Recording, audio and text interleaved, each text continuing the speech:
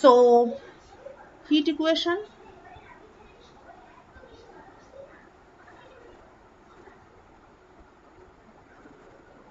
looks like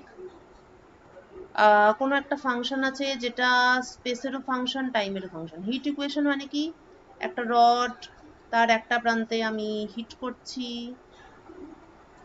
এটা x Axis বরাবর হিটটা ফ্লো করবে। স্পেসের তো ফাংশন হবেই, তার সঙ্গে নিশ্চয়ই টাইমের ফাংশনও হবে, অবভিয়াসলি সময়ের সাথে সাথে টেম্পারেচার চেঞ্জ হবে, এবং রডের বিভিন্ন পার্টের টেম্পারেচার ডেফিনেটলি বিভিন্ন রকম হবে। তাহলে we need to define a function যেটা কিনা এক্স এবং টি দুটোরই ফাংশন। এবং হিট ইকুয়েশন হচ্ছে, the heat flow equation is del u del t equal to k heat flow parameter del 2u del x2 for t positive minus infinity to plus infinity, R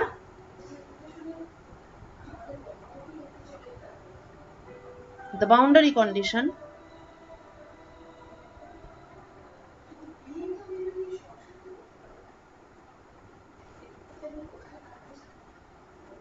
uxt at t equal to 0 হচ্ছে গিয়ে gx, অর্থাৎ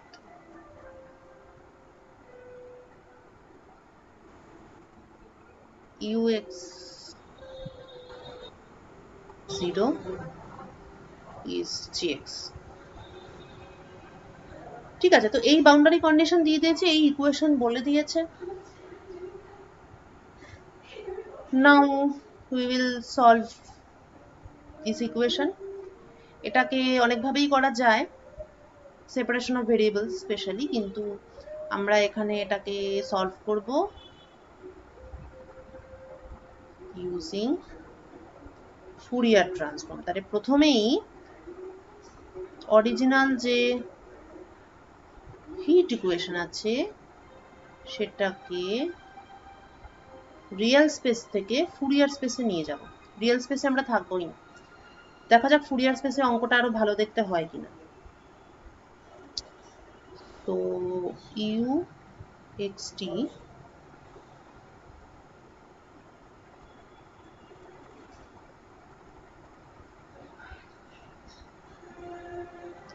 তার Fourier transform, so it is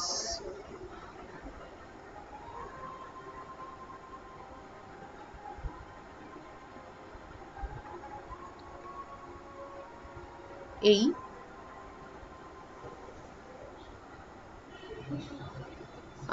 এটাকে capital U করি, মানে Fourier ট্রান্সফর্মটা it is a function of K and T.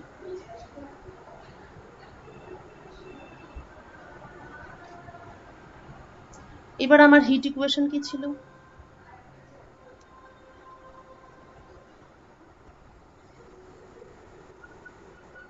del u del t equal to k del 2u del x2।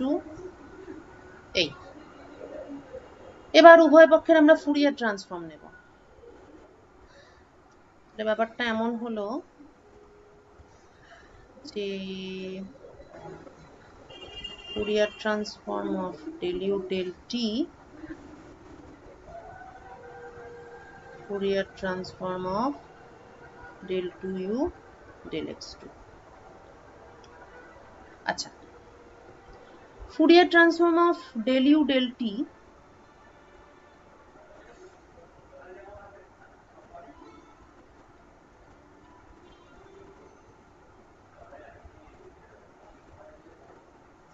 এইটা, ডান হাতে এইটা ইনটু এই জিনিসটা আমরা এখন জানি,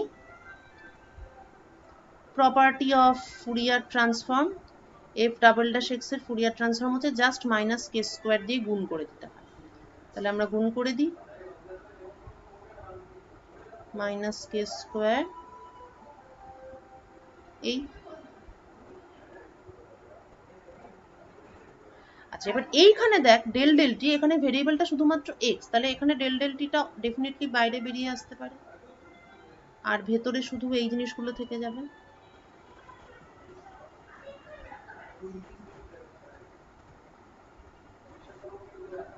এটা তো মাইনাস।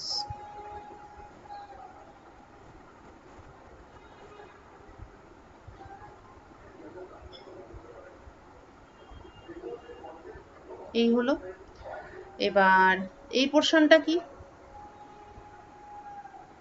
এই পোর্শনটা তো Fourier transform of U X T. তাহলে এই, তাহলে যেটা একটা পার্শিয়াল ডিফারেনশিয়াল ইকুয়েশন ছিল রিয়েল স্পেসে,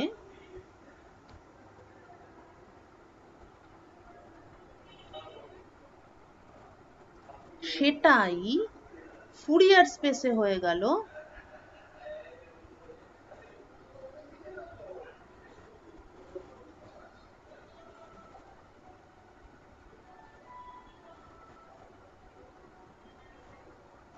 এই রকম একটা ইকুয়েশন,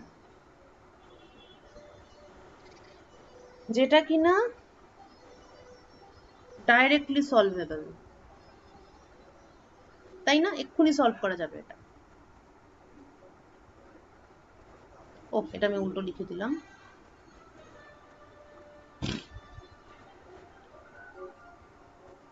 একটা তো ডিফিউশন কনস্ট্যান্ট, আর এটা হচ্ছে এইটা।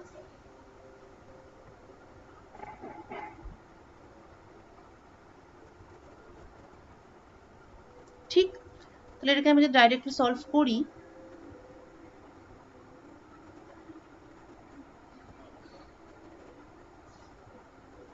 এটা তো জাস্ট লগারিদম হবে।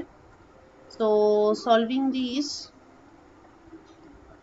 we get ukt is equal to some constant e to the power minus heat constant k square t।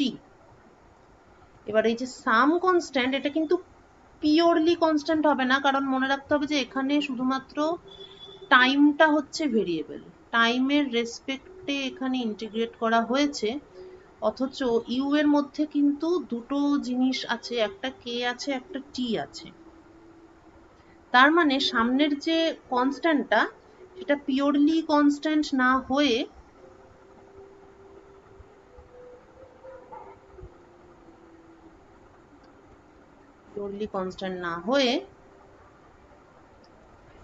কে এর একটা ফাংশন হতে পারে। মানে এখানে তো কে আর টি দুটো আছে, টি এর রেসপেক্টে ইন্টিগ্রেট করলাম, তাহলে বাকি পোর্শনটার মধ্যে কেটা তো থাকতেই পারে, কারণ এখানে শুধু টাইমটা ভেরিয়েবল। তার মানে এই ইকুয়েশনটার সাপেক্ষে কেটা হচ্ছে সাম কনস্ট্যান্ট, সুতরাং সামনের যে ওভারঅল কনস্ট্যান্টটা, তার মধ্যে একটা কে থাকতে পারে। তাহলে ব্যাপারটা এই দাঁড়ালো।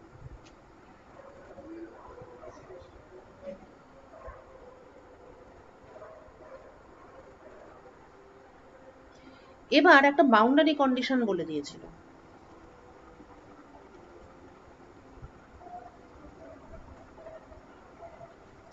কি ছিল সেটা? u x0 is equal to gx।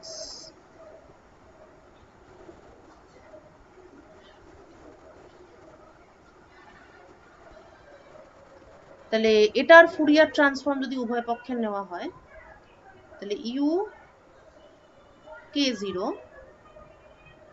সেটা ইকুয়াল টু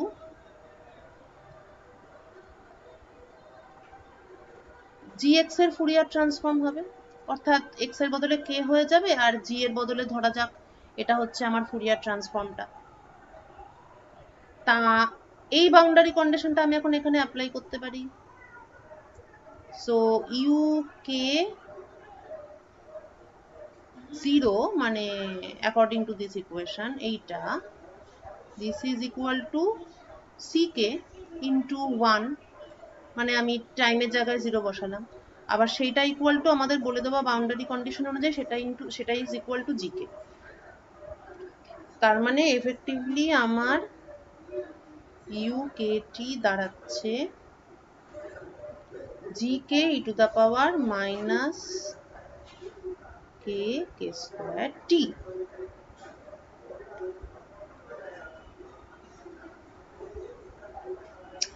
তাহলে আমরা এখানে দুটো স্টেপ কমপ্লিট করলাম, তাই তো? The basic technique of solving partial differential equation using FT, Fourier transform। টেকনিকটা কি? স্টেপ আছে। ফার্স্ট, the problem,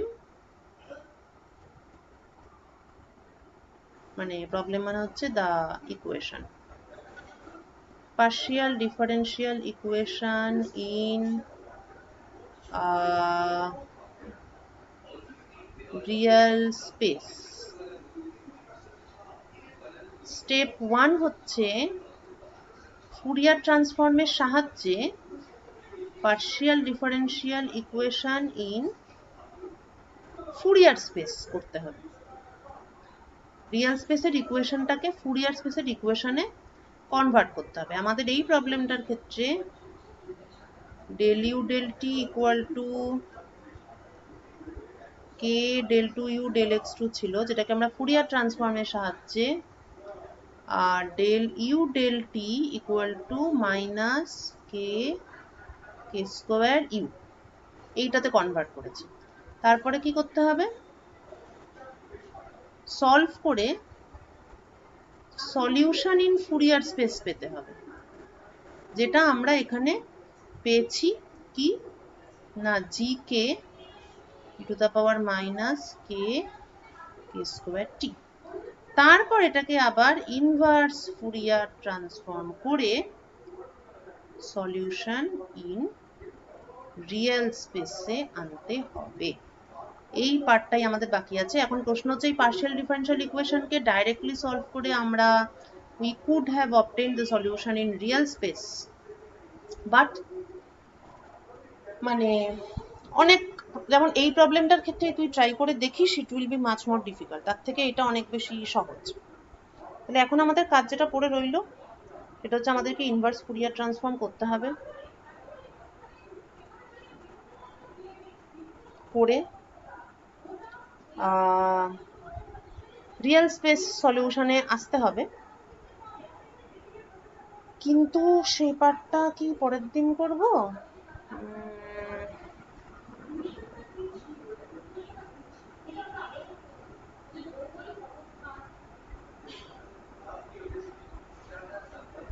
আচ্ছা ঠিক আছে, এই পোর্শনটা আমরা পরের দিনই কমপ্লিট করব। Okay, so in our next day আমরা ইনভার্স ফুরিয়ার ট্রান্সফর্মটাও করব, আর আমরা ওয়েভ ইকুয়েশনটাও ট্রাই করব।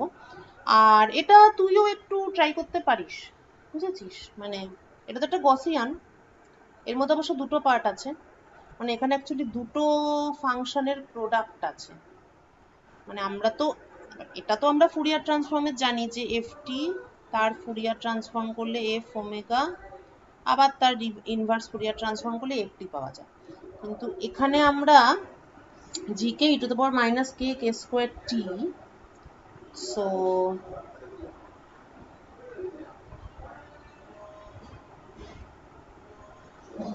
এখানে we have product of two Fourier transforms। আচ্ছা, একটার ইনভার্স ফুরিয়ার ট্রান্সফর্ম এক জিনিস, দুটোর ইনভার্স ফুরিয়ার ট্রান্সফর্ম মানে অ্যাকচুয়ালি এখানে কনভলিউশন থিওরেম অ্যাপ্লাই করতে হবে।